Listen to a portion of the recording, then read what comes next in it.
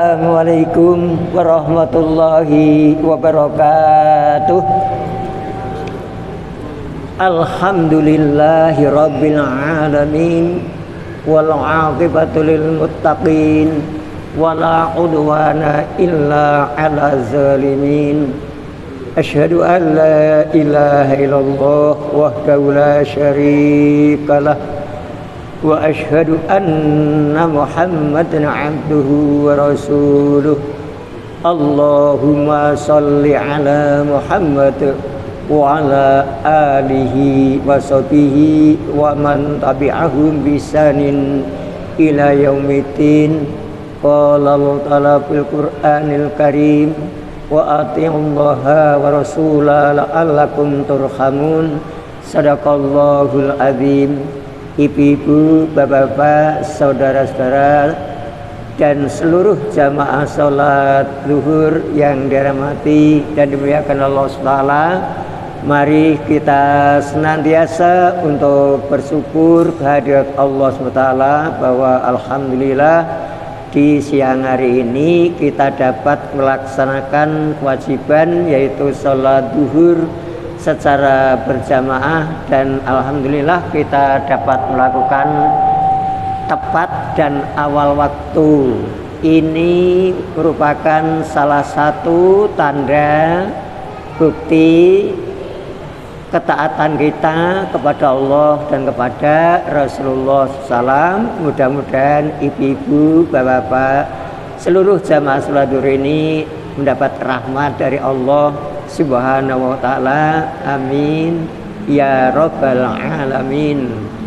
Kultum, di habis salat zuhur ini saya akan menyampaikan informasi tentang kronologi pelaksanaan sholat 12 rakaat antara maghrib dan isya pada hari Kamis pertama bulan Rajab dan puasanya. Sebelumnya saya mohon maaf, barangkali jamaah yang hadir di sini itu melakukannya, silakan, itu hak penjenengan. Tapi akan saya sampaikan kejadiannya atau kronologinya kok sampai terjadi sholat 12 rakaat antara maghrib dan isya pada hari Kamis pertama di bulan Rajab dan puasa Rajab. Non sewu Bapak Ibu, di bulan Rajab itu memang termasuk salah satu bulan yang disucikan oleh Allah. Namun boten wonten keutamaan khusus di bulan Rajab. Oke. Jadi begini Bapak Ibu, Abu Muhammad Is bin Abdus Salam mengatakan bahwa sejak berdirinya Baitul Maqdis belum pernah ada sholat Rajab dan puasa Rajab. Tapi nak sholat di bulan Rajab, puasa di bulan Rajab itu biasa. Artinya puasanya puasa sunnah ya tentunya Senin dan Kamis. Kemudian puasa Yaumul Bid itu yang dituntunkan oleh Rasulullah Sallallahu Alaihi Wasallam. Jadi non sewu dari awal Rajab kemarin, karena saat ini pun tanggal 8, kalau ada yang melakukan khusus melakukan suatu amalan untuk Rajab, dengan hati-hati, ngatos-atos, karena yang namanya ibadah itu harus mutaba'ah. Mutaba'ah niku ngikuti Kanjeng Nabi, ampun taklid. Taklid itu ngikuti amalan kepada orang lain ning ora ngerti dasare, niku taklid. Apalagi taklid buta, guys, pokoknya aku mau melu-melu, jangan sampai. Jadi nglakoni iki kudu ngerti dasare, gitu. Nah itu, oleh karena itu tadi sudah saya sampaikan, sholat itu terjadi pada tahun 448 Hijriah. Kalau wangsuli, sholat itu artinya sholat 12 rakaat antara maghrib dan isya, apalagi dikhususkan Kamis pertama gitu bulan Rajab. Nah ini terjadinya setelah Rasulullah meninggal. Non sewu, Kanjeng Nabi itu meninggal dunia itu tahun 11 Hijriah. wangsuli. Rasulullah niku sedo meninggal tahun 11 Hijrah. Sedangkan sholat ini gitu terjadi setelah 448 Hijrah. Berarti kurun waktu setelah Nabi Muhammad ke sana 431 Hijrah itu tidak ada. Sholat itu tidak ada. Karena memang Rasulullah tidak melakukan dan tidak memberikan contoh.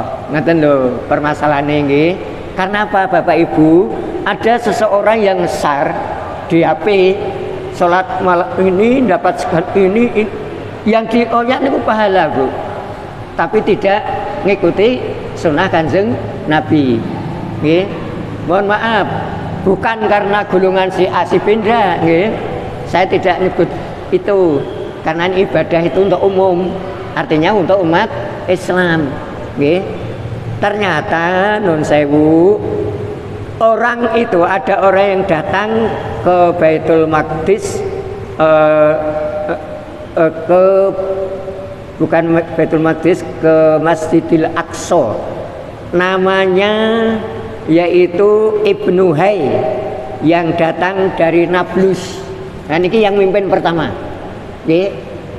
Ibnu Hay dari Nablus datang ke Masjidil Aqsa, kemudian setelah bagaimana itu sholat, suaranya bagus, enak didengar.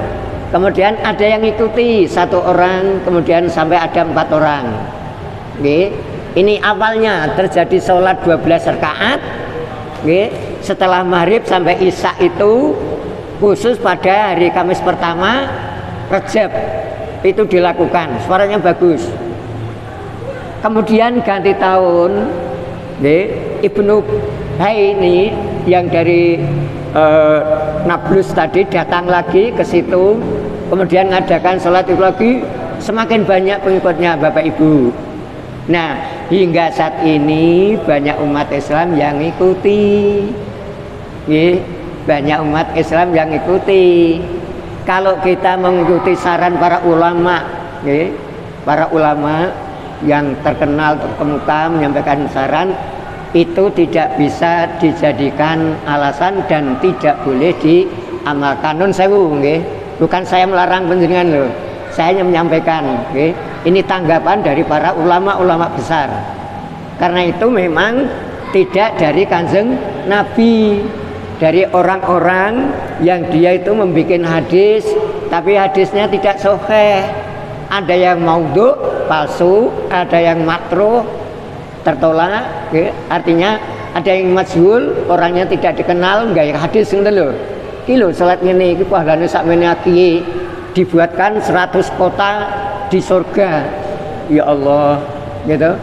Delana sewu Bapak Ibu, tingkatan tertinggi orang yang melakukan ibadah kepada Allah itu tidak mengharapkan pahala, Pak Bu.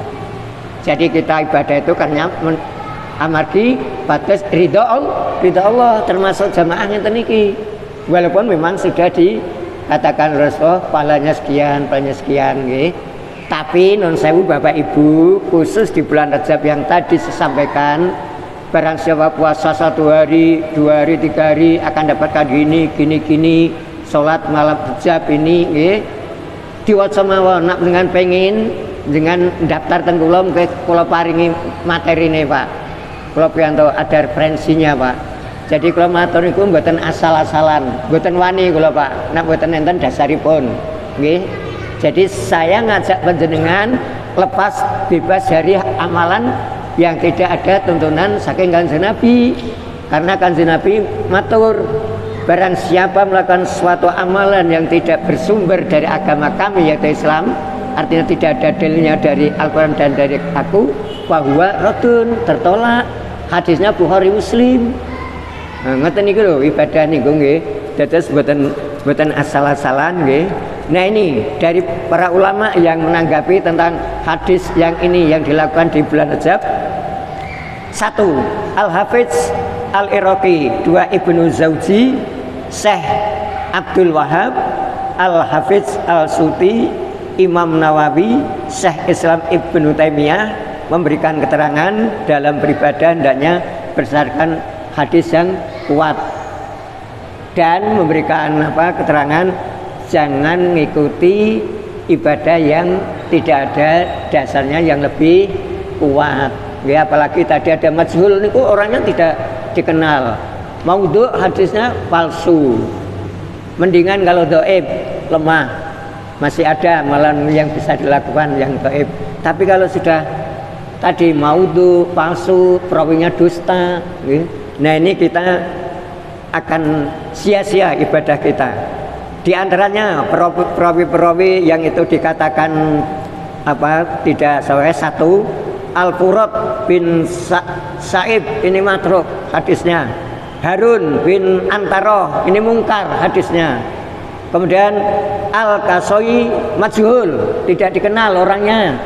Kemudian Muhammad bin Hasan An-Nakosi dusta. Kemudian Utsman bin Atta matruk. Ibnu Jahdan dinilai pendusta, Razin maudhu. Nah niki jadi nun pangapunten Bapak Ibu. Jadi amalan-amalan khusus di bulan Rejab yang tadi saya sampaikan nggih, ada sholat 12 rakaat bar sholat maghrib niku Pak. Sholat 12 rakaat sampai isya. Dan bacaannya berbeda dengan sholat-sholat lain Pak. Jadi nggih aturan dewi. Baca sekian ini, sekian ini, sekian ini. Nak dengan pikantuk BA kaya ngoten niku dengan hati-hati nggih. Wis to ibadah yang sesuai dengan tuntunan Kanjeng Nabi enak kok. Nggih, karena ada salat sunnah yang paling afdol setelah salat wajib, salat malam, tahajud Pak. Puasa yang paling afdol setelah puasa wajib setelah Ramadan, puasa Muharram tanggal 9 dan 10. Itulah nggih. Napa ngurusi kaya ngono nggih? Bukan saya mencela mboten, melarang mboten, monggo itu hak panjenengan tapi hati-hati. Nggih. Jadi ini saja yang dapat saya sampaikan karena hari ini tanggal 8 Rajab, amalan apa yang sudah kita tingkatkan? Hanya itu masalahnya. Hari ini Senin dengan puasa berarti sudah dapat pahala.